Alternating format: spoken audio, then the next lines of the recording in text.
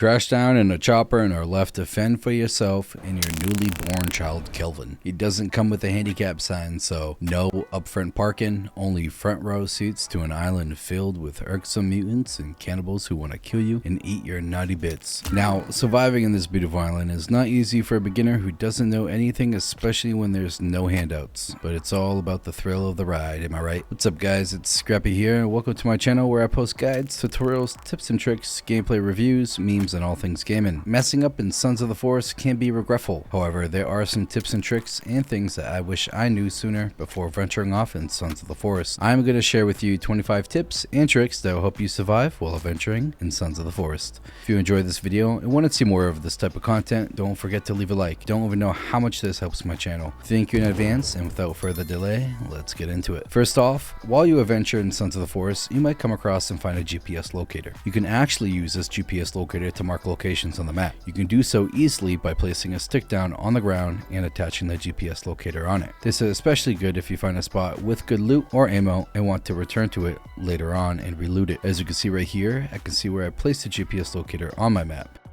You will be covering a lot of distance in Sons of the Forest, and you don't want to lose any progress if you accidentally lag out or something crazy happens, so carrying a tarp with you and creating a quick save game everywhere you go can be very beneficial. You can reuse the same tarp over and over again by just looking at the tarp, holding C, dismantling the tarp, and picking it back up again. And when the season changes and you find yourself in winter, it can be especially hard gathering water, fish, looking for rocks, sticks, finding logs when you cut down a tree. You can skip the seasons by repeatedly sleeping and skipping multiple times in a row. It's best to do this in a shelter, as sometimes you can wake up with a tribe of feisty cannibals looking for that juicy chunk of meat. If you like to shoot guns and found the pistol in the game, you'll soon understand that ammo is not easy to come by, and if you find a nice spot where there's a bunch of loot nearby, you might want to remember where you found all of it. Well, if you put down a save point with a tarp, exit to the main menu, and spawn back in, you can technically duplicate items infinitely, as the items will respawn. You can do this and farm the same items over and over again, but be careful with doing this, because the last thing you want to do is break immersion and make things too easy and not have fun. Now, crafting a bow in the beginning of the game is a good weapon, but finding arrows and chasing down birds to get the arrows from can be difficult. If you didn't know this, you can craft birdhouses and have an infinite feather spawn right at your base, so you can quickly and easily make arrows when needed. When you cut down trees, you'll of course have to pick up the logs to bring them over to your base, and you can only hold 2 at a time. Pressing G when a log is in your hand can throw the log. This is useful because if you cut down a tree uphill, you can throw the logs down and they will roll down the hill. Also, when you collect logs and live next to a river like I do, you can throw them in the river and they will slowly go downstream and end up at the bottom. Kelvin is not the brightest child in the book, and I think we all know that, especially after suffering a severe head injury. Instead of having Kelvin collect logs or items and drop them for you, if you craft storage units for logs, sticks, and rocks, for example, Kelvin can stock these storage units and it can be more beneficial for you. Also, using Kelvin to clear areas can be more useful for you when collecting wood for your build. Kelvin is good at catching fish and stocking storage, but kinda that's about it. But if you have him clear an area, he can cut down trees and bushes for you in a 5, 10, and 20 meter radius, saving you time and energy. As you can see right here, Kelvin cleared a ton of these trees, so now I can gather some logs and throw them over.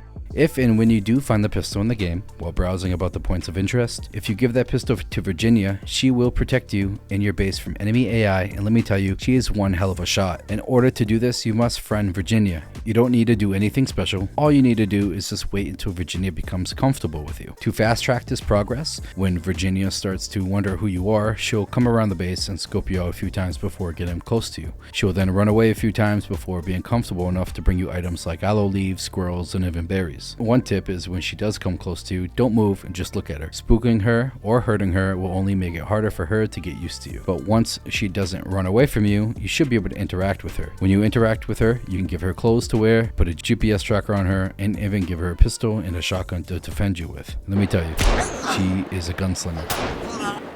When you get hurt or need stamina, eat food as much as possible and save your meds, because you can easily farm catching fish and you can even eat them raw. Kelvin is a beast at catching fish and will catch you 1,000,000 of them, so definitely use him to catch you fish. You can also cook and eat people. I mean, if you really want to do that, of course. You can also cook rotten meat and consume it. Make sure you also craft a dry rack, because with this it will preserve your meats and fish and will give your food items more time before they become spoiled. It's also used to store food, in which you can keep multiple pieces of meat and you can even put limbs on it. When you kill an enemy AI, don't forget to cremate their bodies on a fire. You can farm bones and place them into storage, and you can use these bones for armor. When you also kill enemy AIs, they drop skin pouches. Not all of them, but some of them. Don't forget to pick up these, as they can contain multiple items inside that can be beneficial for you in crafting.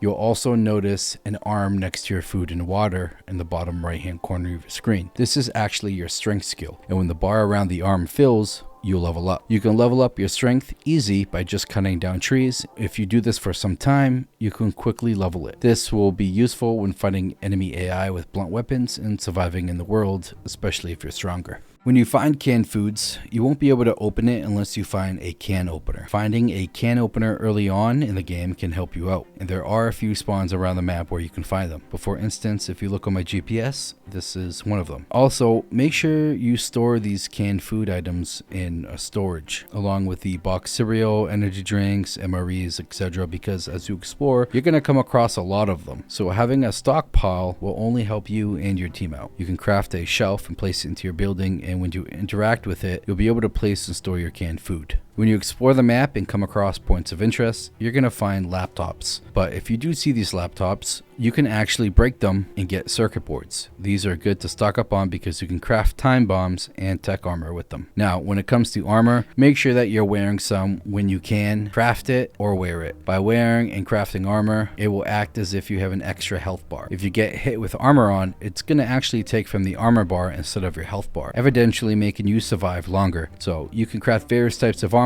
with leaves, skins, and bones. When you see that it's getting dark out, this is the best time to sleep, because it's going to maximize your daytime for the next day, making the daytime longer for you to go out and explore. Gonna also notice that when you're tired, you feel like you need to sleep. But if you're tired in the middle of the day, you don't want to sleep and mess up your nighttime cycle. You can get back energy by either consuming an energy drink or bar, or you can craft a bench and or a chair and sit on it. This will get your energy back. Now, I don't think this is supposed to happen. It will probably get patched in the future, but when you go to construct a blueprint structure, sometimes it will not take your resources from you after completing the blueprint. I crafted a bench and the log was still in my hand. I guess you can just take advantage of this now before it gets patched. After fighting enemy AIs or hunting or whatever, you'll notice that your hands are bloody. If you get bloody, you can clean your body by submerging it in water, and this can avoid infection and ultimately clean you up. Now, the next few tips are not really essential, but you can use them to help in certain situations or just to fool around. If you go to your settings, you could turn on big head mode. By doing this, your character and all other characters and enemies on the island will have big bobbleheads. This is funny and at the same time can be useful if you want to see your targets from afar, but I think it's more of a joke. Also, when you are in the settings, you'll see right next to big head mode is structure damage. If you toggle this off, enemy AIs cannot do damage to your structure. I guess this could be helpful if you don't want to have to rebuild up after you get swarmed by a ton of AIs, and especially in late game, mutant AIs will be coming to attack your base. Alright, well, those are 25 tips and tricks, and I guess you can call them essential hacks to help you survive in Sons of the Forest. I hope this helped you guys, and if you enjoyed this video, don't forget to hit that like and subscribe for future videos. Every little like and sub means a lot and helps me out tremendously. Have a good day, guys. Stay safe and have fun gaming.